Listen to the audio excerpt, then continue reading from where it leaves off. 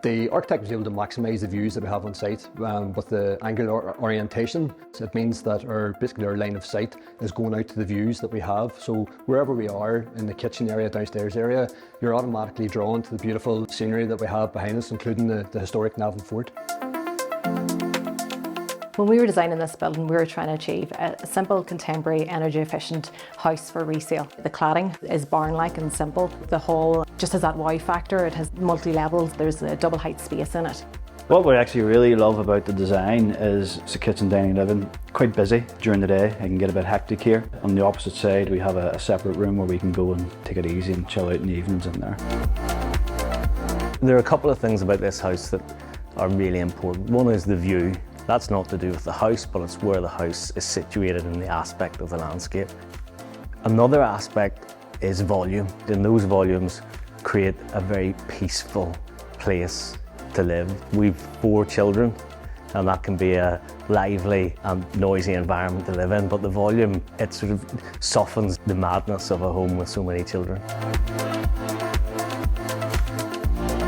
One of the key design aspects was to maximise daylight, maximise views, and knowing and understanding the positive effect that can have on healing and creating a therapeutic environment.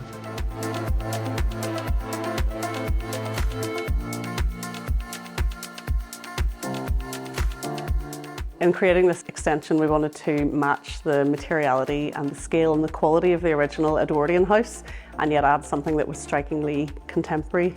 We also wanted to place importance on the kitchen as the heart of the modern family home.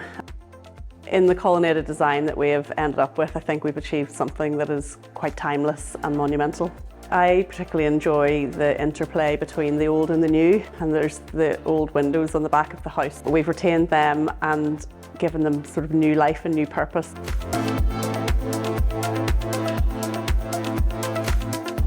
Key Stage 1 will be very handbook compliant, where we have 4 classrooms around a sort of central resource area. Key Stage 2, we've done something slightly different. We have joined the resource areas together to give them one large space. In addition to that, we've got a large hall.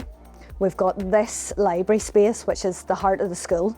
And those are real highlights for us that we have benefited from.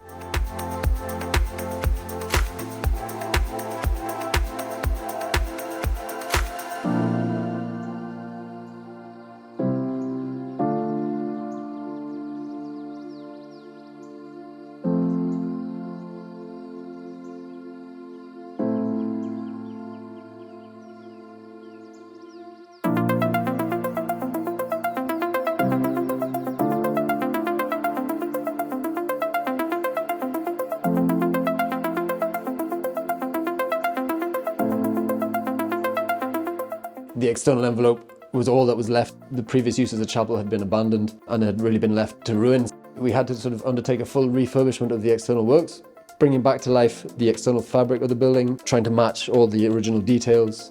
The second part of it was the contemporary insertion. It was pretty clear from an architectural perspective to create a completely contemporary and contrasting insertion into the shell of the listed building.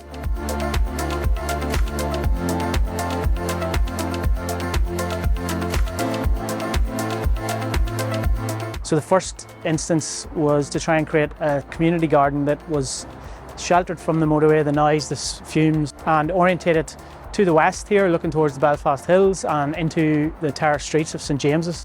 The key to that design was working with the very simplest kind of portrait frame structure, and then on the inside, as you come around into the courtyard, a softer, tactile, more playful facade. What we feel about the farm really is that it shows what early input of architectural thinking and some design thinking can bring to very, very small community-based projects. For me, the project was about restoring a beloved Belfast iconic building.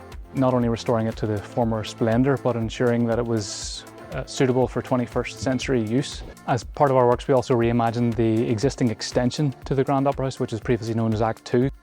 There was a significant amount of technical infrastructural upgrades that were required, and the way that we have been able to conceal that within the existing heritage architecture has been a bit of a play on smoke and mirrors, perhaps.